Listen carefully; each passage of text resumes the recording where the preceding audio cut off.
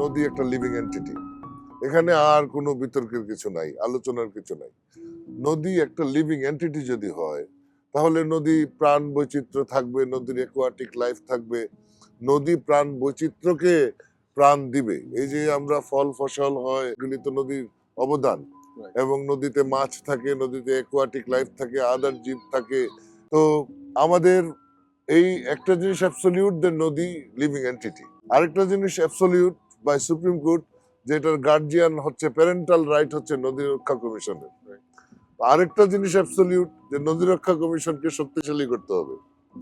আরেকটা জিনিস অ্যাবসলিউট, যে নদী রক্ষা আইনকে ঢেলে সাজাতে হবে বা শক্তিশালী কার্যকর করতে হবে। এই কয়েকটি জিনিস সুপ্রিম কোর্ট দ্বারা নির্ধারিত, কাজে এটা মানতে সরকার, জনগণ সবাই বাধ্য।